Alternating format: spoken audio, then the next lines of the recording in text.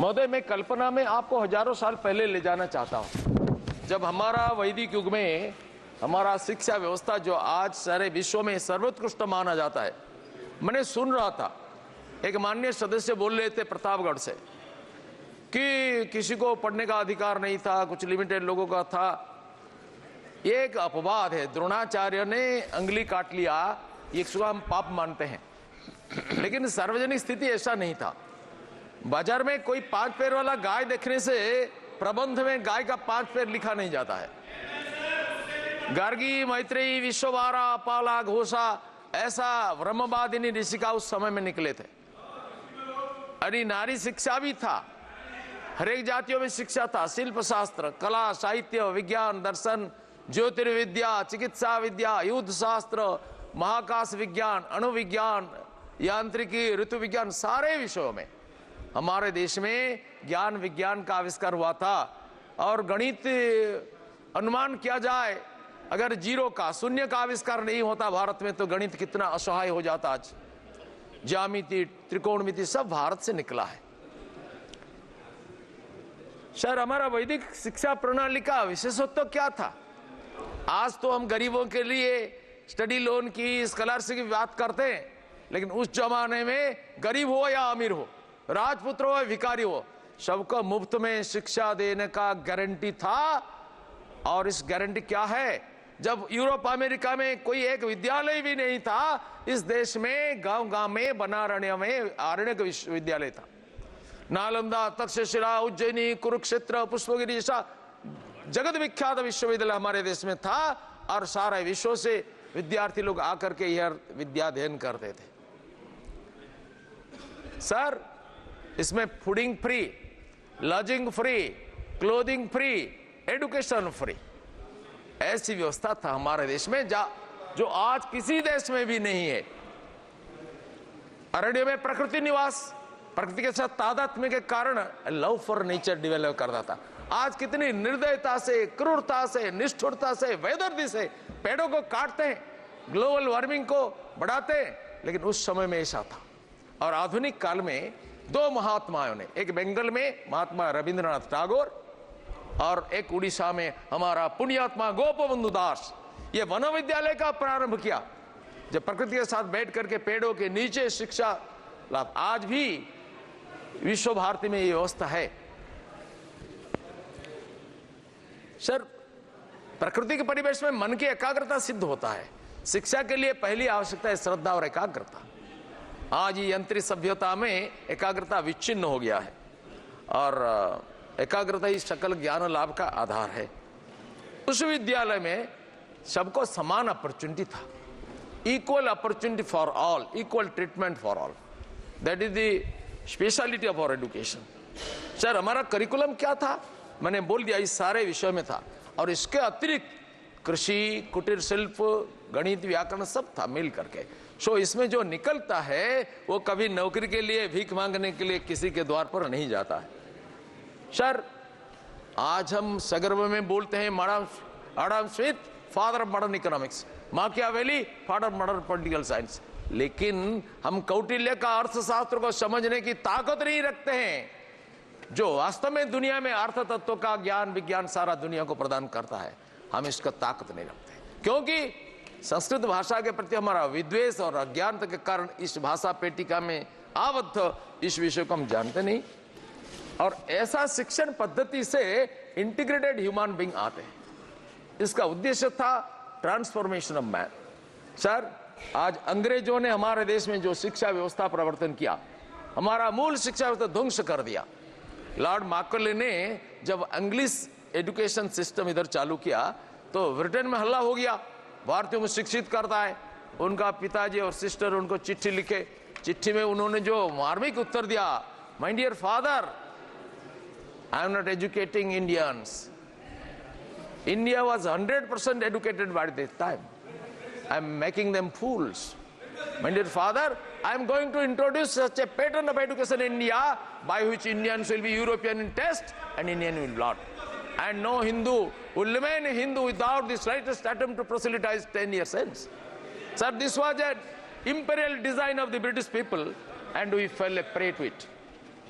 अंग्रेजों ने हमारा देश का शिक्षा और शिल्प को समाप्त कर दिया। वेदों में बताएगा सा विद्या या विमुक्त, किससे मुक्ति? विद्या दरिद्रता से मुक्ति प्रदान करता है, अज्ञानता से मुक्ति प्रदान करता है, अपूर्णता से मुक्ति प्रदान करता है, दुर्बलता से मुक्ति प्रदान करता है, जन्म मरण चक्र से मुक्ति प्रदान करता है। इसलिए वेदों में एक प्राचीन ऋषि को जब पूछा गया उनका ब्रह्मचारी शिष्यों के द्वारा, कस्मिन्नु भगवो विज्ञाते सर्वमिदं विज्ञातम ब्रवती थी, is there any principle by knowing which we can know the whole universe, any common principle? जैसा पानी का धर्म क्या है, H2O। दुनिया में कितना पानी है, कौन सा नर्दमा पानी हो, समुद्र पानी हो, कुएं का पानी हो, सब पानी का एक कॉमन प्रिंसिपल है। Is there a common principle? The teacher answers yes, there is a common principal.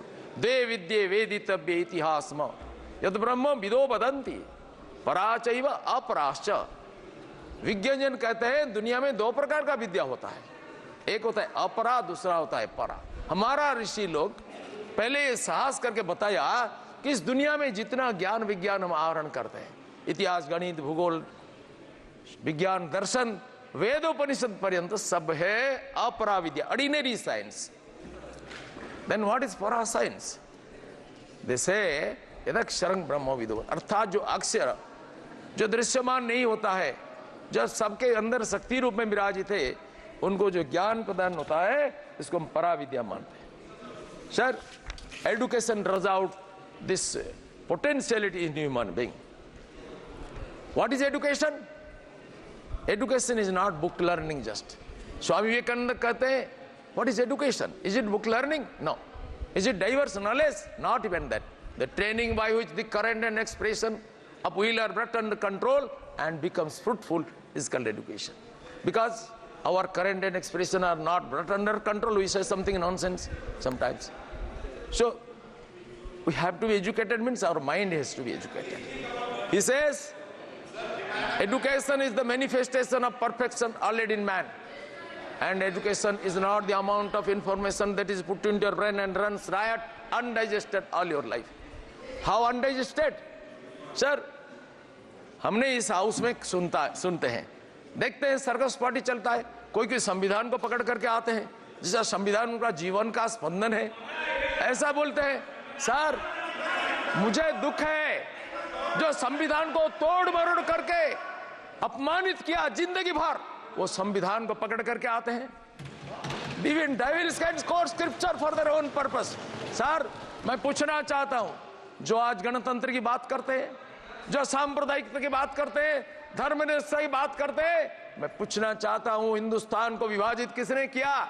जो भारत जोड़ो का कार्यक्रम चलाते हैं, कौन सा लिगासी को लेकर के प्राइड करते हैं? जिस लिगासी को गर्व करते हैं, वही लिगासी देश को बार बार खंडित किया।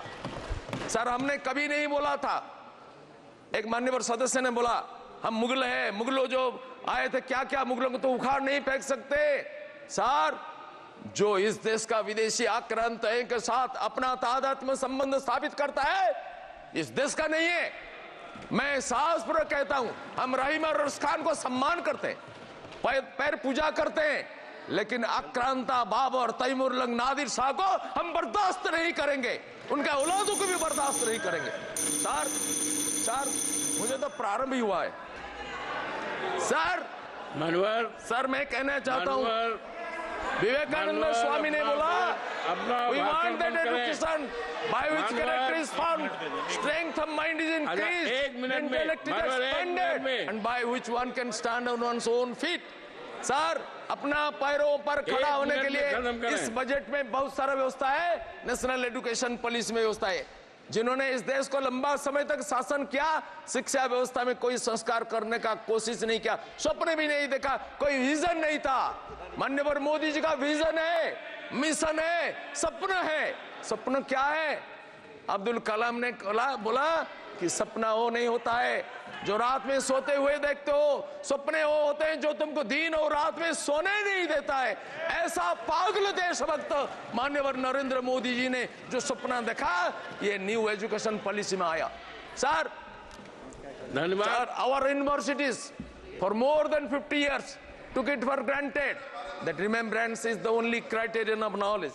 Had it been so, sir, Had it been so, then encyclopedias and DVD cassettes would have been the biggest, greatest of research and professors. But that is not so.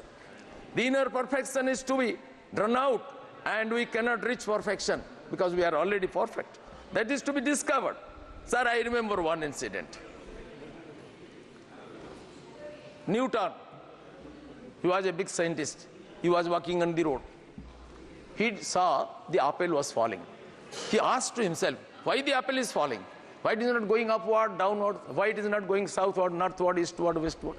He asked this question to himself. He thought over it very deeply, meditated on it, and discovered a missing link in his own brain and named it the law of gravitation. If somebody discovers a truth in the material world, he is called a scientist. If somebody discovered a truth in the spiritual world, he is called a rishi. Rishaya mantra drashtaram natu vedasya karanam nakaschid veda kartaram veda smarta chaturmukham. Sir, the new modern education policy, the national education policy, has been designed to fulfill this objective, and the budget also, the demand for grants is also designed to fulfill this great goal.